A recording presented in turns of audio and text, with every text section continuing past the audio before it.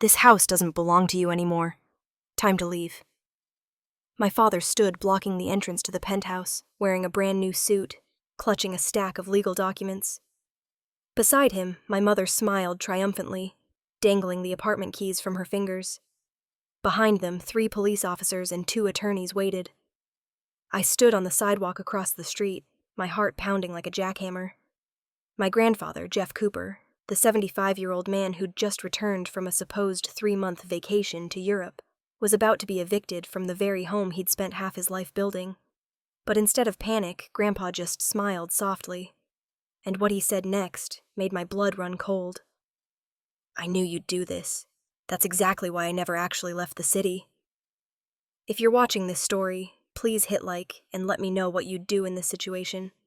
Because what happened next will blow your mind. I'm Emma Cooper, 28 years old, an elementary school teacher in Queens, New York. 3 months ago, if someone had told me that my parents, the people I thought I knew better than anyone, would conspire to defraud my grandfather, I would have laughed it off as absurd. But that was before everything fell apart. My grandfather, Jeff Cooper, is a self-made man in every sense of the word. He started from absolutely nothing, an Irish immigrant kid with 200s in his pocket. 50 years later, he owned a logistics company with tens of millions in revenue and an Upper Manhattan penthouse worth $8 million. The 32nd floor penthouse overlooked Central Park, featuring 3 bedrooms, a private study, and enough space to house his entire collection of antiques and rare books. My parents, Richard and Linda Cooper, were the opposite.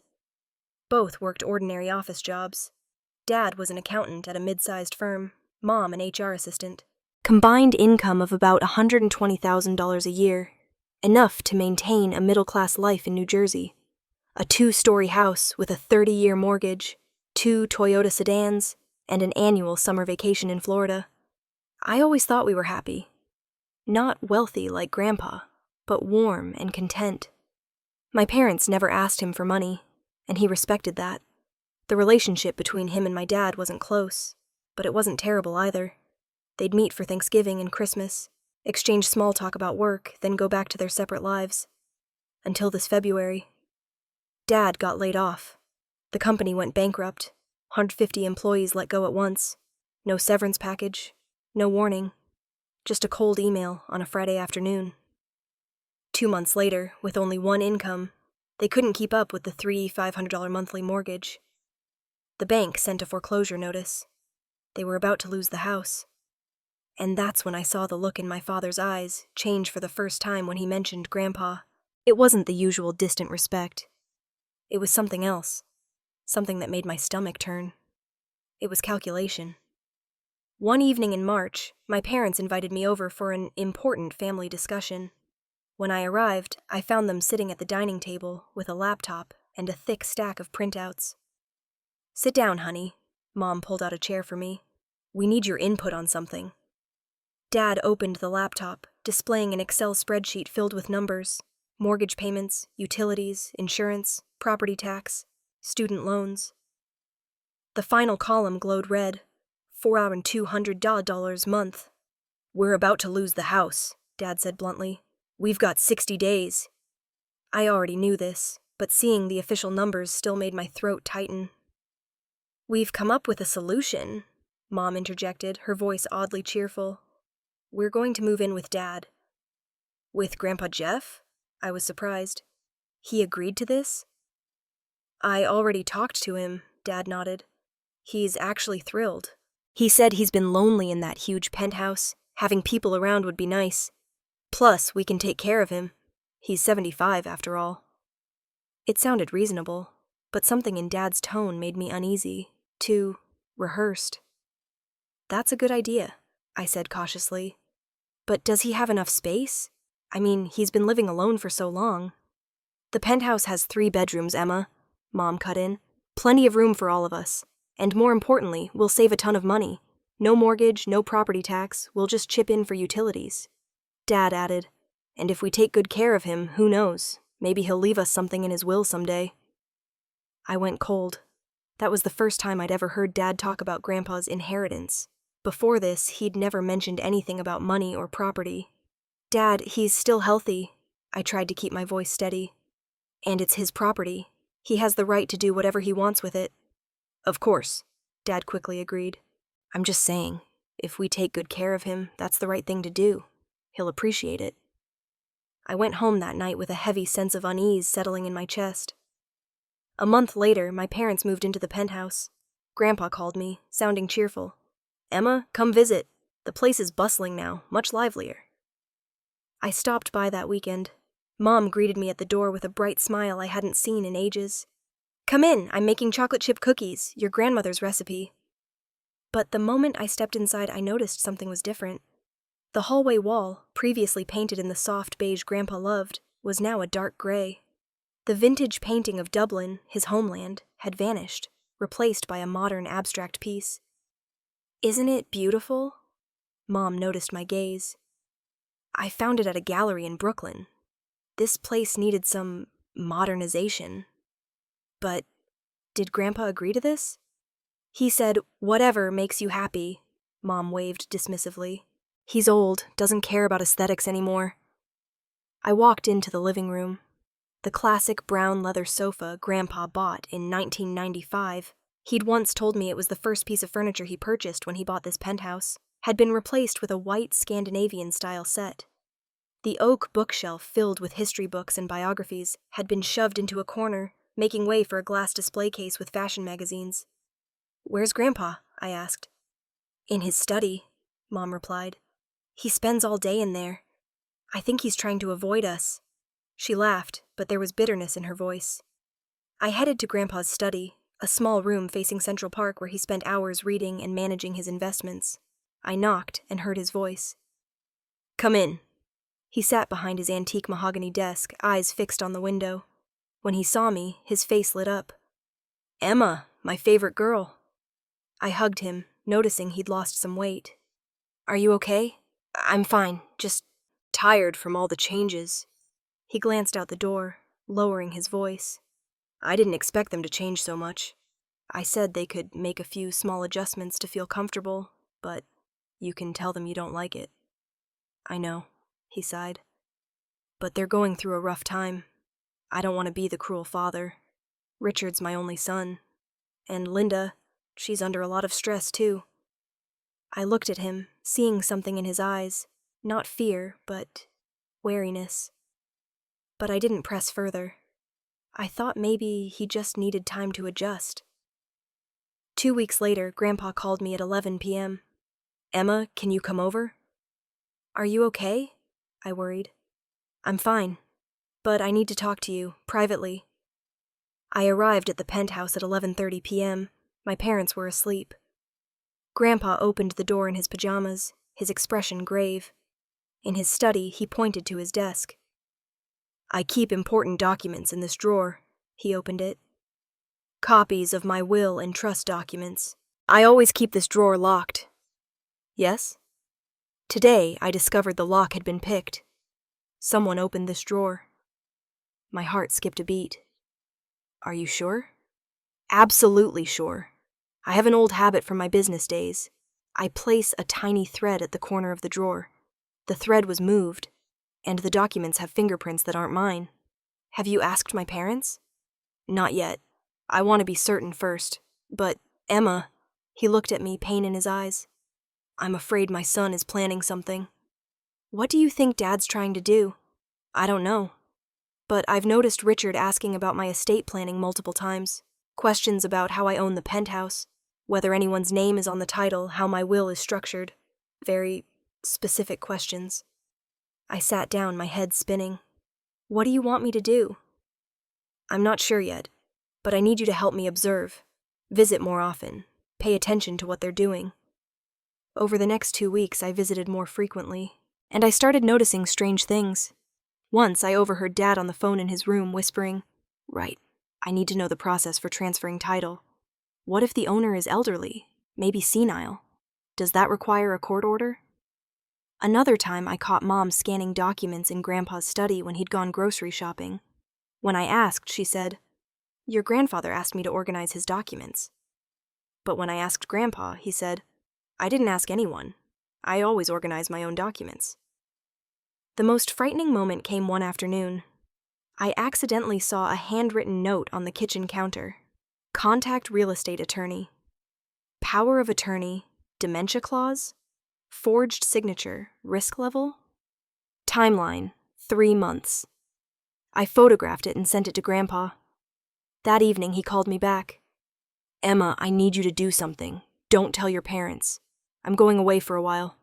A week later, Grandpa made an announcement at dinner. "I'm going to visit my brother in Ireland. Patrick's been inviting me for years. I think it's time. I need a break after these stressful months dealing with old age ailments." My parents exchanged a quick glance. Too quick, but I caught it. "How long will you be gone?" Dad asked, trying to sound casual. "Maybe 2, 3 months. I want to tour Europe, Scotland, France, Italy. I'm getting old. Need to enjoy life while I still can." "Do you need someone to go with you?" Mom asked. "You're 75, traveling alone." "I'll be fine. Patrick will meet me in Dublin. And I have my phone. I can stay in touch any time." After dinner, while washing dishes, I heard my parents talking in their bedroom. I quietly approached the door. "This is our chance," Mom's voice almost excited. 3 months. Enough time."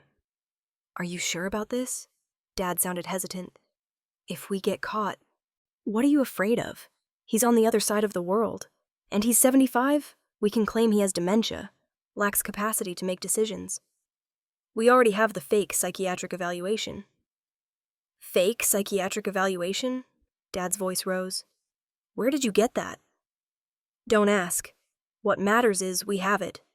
And the real estate attorney confirmed. If we have medical evidence showing the owner has cognitive decline, and we're immediate family providing care, we can file for conservatorship and transfer the title." My blood froze. I backed away, trembling, pulled out my phone and texted Grandpa. "You need to leave now. I just heard them talking. They want to file for conservatorship." He replied, "I know, sweetheart. That's exactly why I have to leave. I'll call you later." 2 days later, Grandpa went to the airport. Dad drove him. When he returned, Dad smiled with relief. "He's on the plane. We've got 3 months." But what Dad didn't know was, Grandpa never boarded that plane.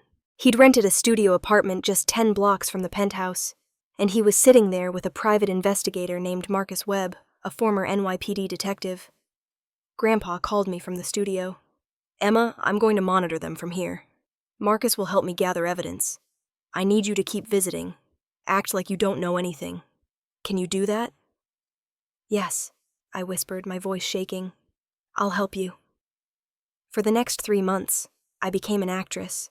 I visited my parents every week, asked about their lives, cooked with them, pretended everything was normal. But simultaneously, I recorded every conversation. In New York, this is legal because it's a one-party consent state. Only one party needs to consent to recording. I photographed every document I found. I documented every detail. Meanwhile, Grandpa and Marcus worked tirelessly. Marcus surveilled my parents. He documented everywhere they went, everyone they met. Dad met with a real estate attorney named David Klein at a Midtown office. Marcus contacted Klein's receptionist, paid $500 to view the appointment log. Dad had scheduled 3 appointments titled Emergency Property Transfer, Elderly Parent. Mom met with a man at an East Village coffee shop 3 times. Marcus followed this man. Turned out he was a document specialist, a polite term for someone who forges documents. Marcus contacted him, posed as a client, and recorded a conversation where he admitted he'd helped Mrs. Cooper with some documents. My parents visited a notary public twice. Marcus went to see this notary, a woman named Cheryl Kim, and told her straight up that police might investigate. Mrs. Kim, frightened, confessed that my parents had asked her to notarize a deed transfer, but they'd forged Grandpa's signature themselves. She said she'd been suspicious, but they paid her $2,000 cash to not ask questions. Marcus convinced Mrs. Kim to agree to testify later. Marcus also contacted my parents' former colleagues.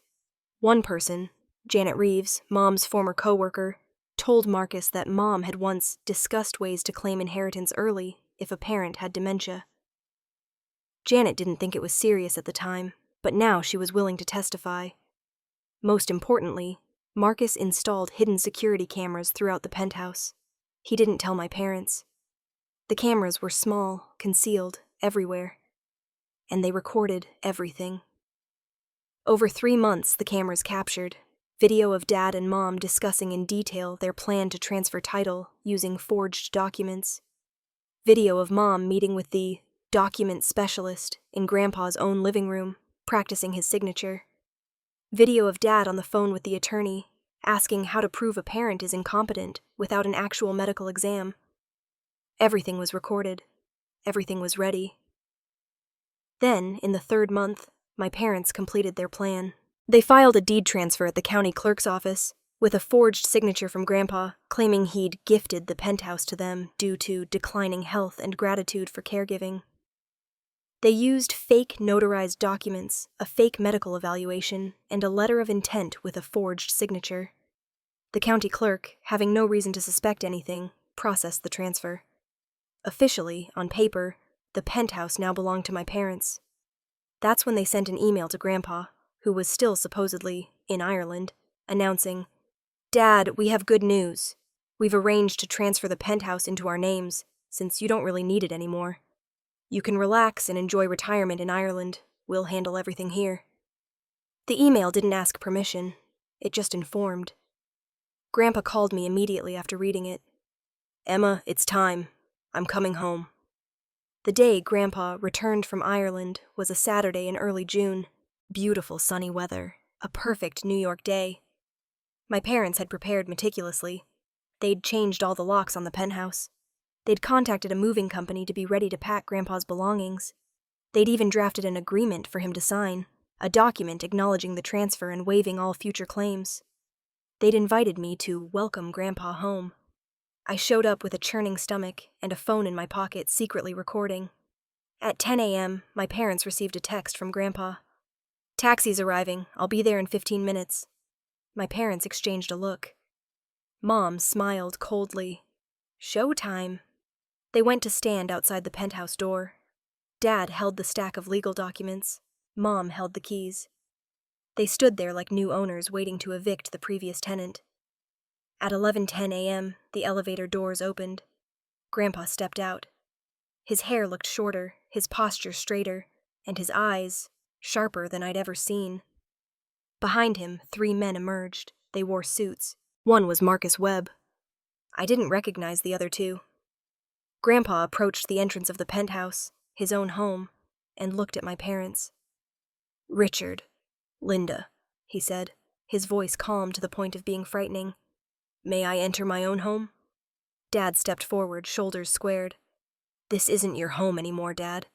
This penthouse now belongs to Linda and me. Look at these documents." He held out a stack of papers. "The deed transfer has been filed and recorded at the county clerk. Legal and proper. You signed this transfer before you left for Ireland." "I signed it?" Grandpa asked, voice still calm. "Yes, you did. That's your signature."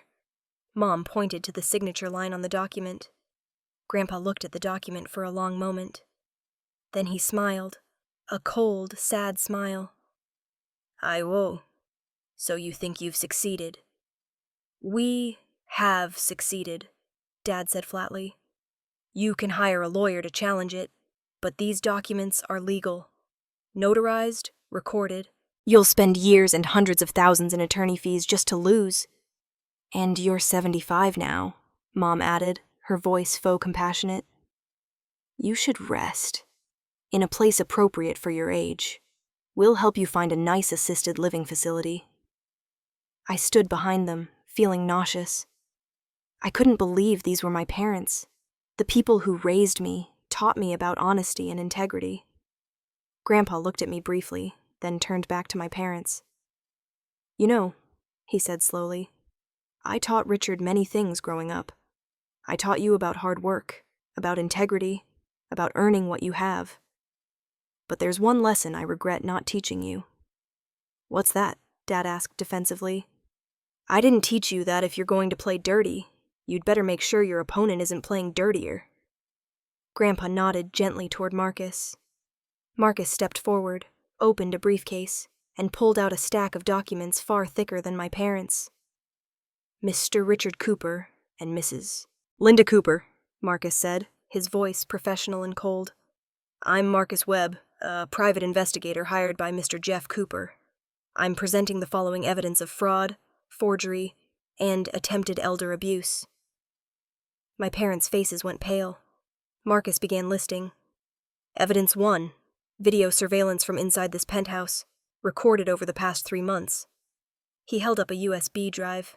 These videos show both of you discussing plans to forge Mr. Cooper's signature, contacting someone to create fake documents, and practicing forging his signature. Evidence 2. Testimony from Mrs. Cheryl Kim, notary public, admitting she accepted a $2,000 bribe to notarize documents with a forged signature.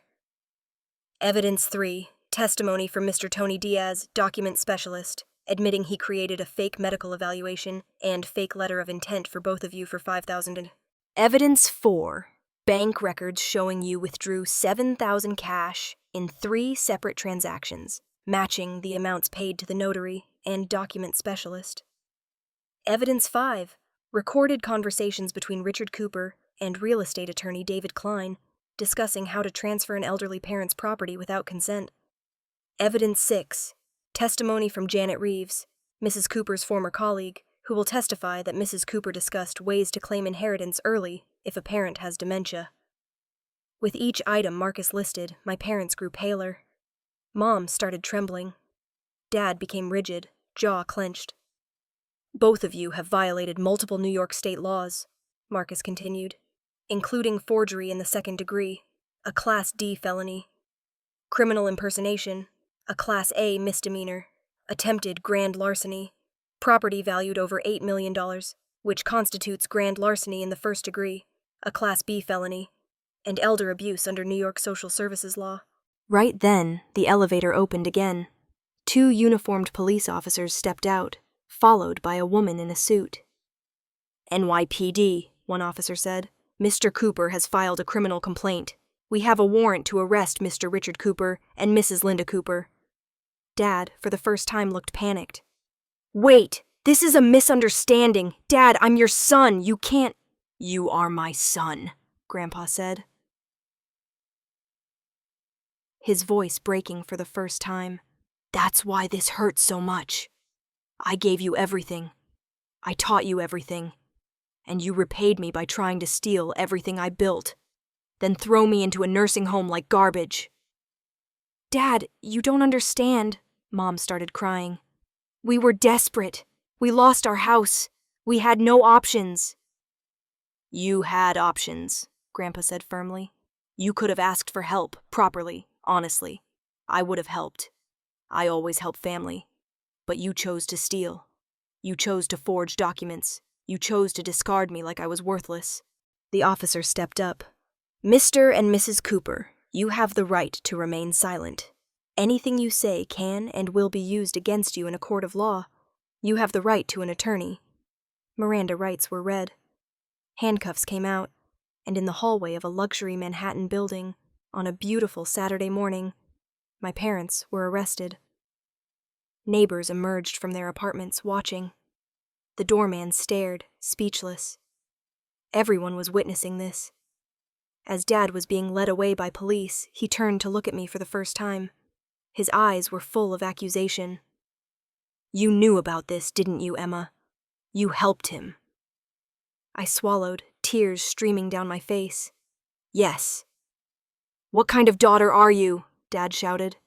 You betrayed your own parents. No, I said, my voice shaking but firm. I protected my grandfather, the person I truly love. You and Mom, you're the ones who betrayed everyone. Betrayed him, betrayed the principles you taught me. Dad said nothing more. They were led into the elevator. The doors closed. Silence. Grandpa stood there staring at the closed doors, his shoulders sagging. I went to him, placed my hand on his shoulder. Are you okay? He didn't say anything for a long moment. Then, very quietly, no, but I will be. Behind us, one of the suited men, a locksmith, began changing the locks back. The penthouse was being reclaimed. The first time my parents contacted me after the trial was 3 weeks later. A Thursday evening, my phone buzzed. Caller ID showed Mom. I stared at the screen vibrating in my hand, heart pounding. 5 rings, 10 rings. Finally, I hit reject. 2 minutes later, a voicemail. Emma, honey, it's Mom. I know you don't want to talk to us, but you have to understand. We had no choice. We were desperate. I can't sleep, sweetheart. Every night I think about what happened. Can you call me back? Please? Mom's voice trembled, breaking. I could hear her crying. And part of me, the daughter who'd lived with her for 28 years, wanted to call back, wanted to hear her explanation, wanted to believe there was some acceptable reason. But I didn't call. I deleted the voicemail and blocked the number. The second attempt came via email. A long email from Dad, sent at 2 a.m. Emma, I know you're angry at us. I understand, but I need you to know the truth. We're not the villains everyone thinks we are. We're just ordinary people pushed into a desperate situation. Do you know what it feels like to lose everything? To watch your bank account hit zero? To see the foreclosure notice? To know you're about to be homeless? Your mother cried every night. I couldn't sleep, thinking about how I'd failed our family. I'm 52, Emma. Who's going to hire a 52-year-old accountant in this market? And your grandfather, Jeff, he has $8 million in assets. He lives alone in that penthouse, doesn't need it, while his own family, his son and granddaughter, are struggling. Is that fair? I'm not saying what I did was right. I know I was wrong. But I want you to understand, I didn't do it out of greed. I did it for survival, for family, for you. Jeff has plenty of money. He'll be fine. But us? We've lost everything. We're living in a small Bronx apartment now, barely making rent. Your mother works 2 jobs. I'm delivering food for DoorDash. At 52, can you forgive us? Not because we deserve it, but because we're your family. Your blood. The people who raised you, fed you, loved you for 28 years. Please, Emma, don't abandon us. Dad. I read the email 3 times. Each time I felt a mixture of emotions. Heartache, anger, guilt, and a compassion I didn't want to admit. I forwarded the email to Grandpa. What do you think I should do? I think you should do what feels right for you. If you want to respond to the email, respond. If you want to meet with them, meet them. But protect yourself. Set boundaries. And never feel guilty about them facing the consequences of choices they made. That night, I replied to Dad's email. Dad, I read your email. I understand you're struggling. But I can't pretend what you did is okay just because you were desperate. You wrote that you did it for family. But family doesn't betray each other. Family doesn't forge signatures. Family doesn't plan to throw a 75-year-old man out of his own home. Grandpa offered to help you. Multiple times. But you didn't want help. You wanted to take everything. I need time. I don't know if I can forgive you, but right now, I can't have you in my life. Emma. 6 months after the trial, Mom showed up at the elementary school where I teach. I was leaving my classroom at 4 p.m. when I saw her standing in the hallway. She'd lost a lot of weight. Her hair had grayed significantly. Her clothes, an old sweater and faded jeans, looked worn out. But the most striking thing was her eyes, exhausted, pained, and maybe regretful. Emma, she said, her voice trembling. Can you give me 5 minutes? I looked around. A few colleagues were observing. I didn't want a scene here. 10 minutes, I said. Cafeteria. We sat in a far corner of the empty school cafeteria. Mom sat across from me, hands clasped on the table, unable to look at me. I'm sorry, she began. I know sorry isn't enough, but I need you to know, I regret everything, every decision, every action. If I could go back and undo it, I would. I need time, I finally said. Maybe someday I can forgive, but not today. Not soon. Mom nodded, wiping tears. I understand. I'll wait, however long it takes. She stood to leave, then turned back. Is Jeff okay? I was surprised by the question. He's fine. Can you tell him I'm sorry? I know he doesn't want to hear from me directly, but I need him to know. That evening, when I told Grandpa about the meeting, he was silent for a long time. Linda apologized? He finally said. Yes. Do you think she's genuine? I think so, but I'm not sure if it changes anything. Grandpa nodded, looking out the window. Forgiveness is a process, Emma. I'm not ready. Maybe I'll never be ready, and that's okay. I don't owe them forgiveness just because they apologized. So, what will you do?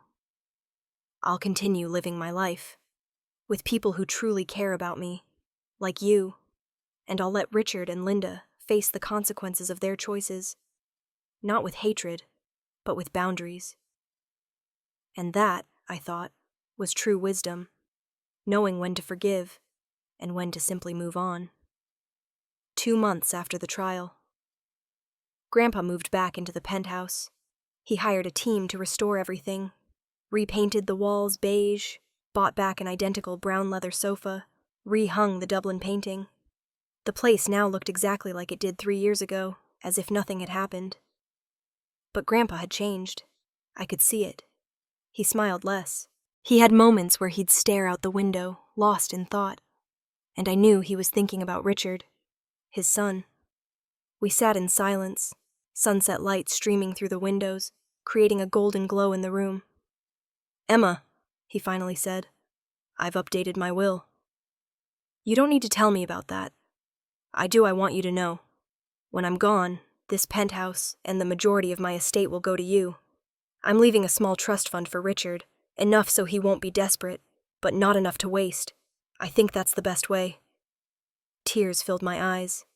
Grandpa, you stood by me when everyone else failed me. You're my real family, and I want to make sure you're taken care of.